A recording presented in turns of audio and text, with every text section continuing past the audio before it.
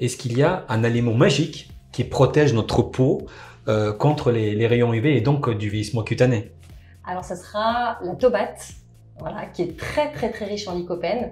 Et d'ailleurs, plus tu vas la cuire et la concentrer avec un corps gras, comme de l'huile d'olive par exemple, tu vas encore mieux l'assimiler. Des tomates qui seront avec le moins d'intrants chimiques, le plus local. Parce qu'en fait, plus elles vont être exemptes de pesticides, plus elles vont pouvoir se défendre contre un stress biotique et donc développer des polyphénols. Puisque ces polyphénols, c'est leur défense contre le stress biotique. Et en plus du lycopène, tu as aussi de la vitamine C qui est présente dans la tomate et qui va être hyper intéressante pour le vieillissement cutané, la protection du vieillissement cutané.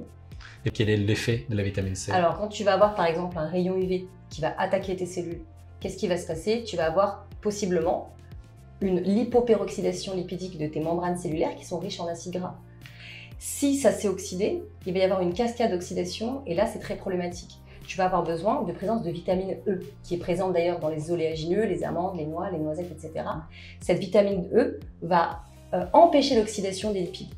Et cette vitamine E, elle s'oxyde. C'est comme si elle avait deux bras et qu'elle te donnait un bras. Et donc, elle est oxydée. Donc, il faut la régénérer. Et pour ça, il faut de la vitamine C. Et puis ensuite, pour recycler tout ça, il faut du glutathion, hyper important.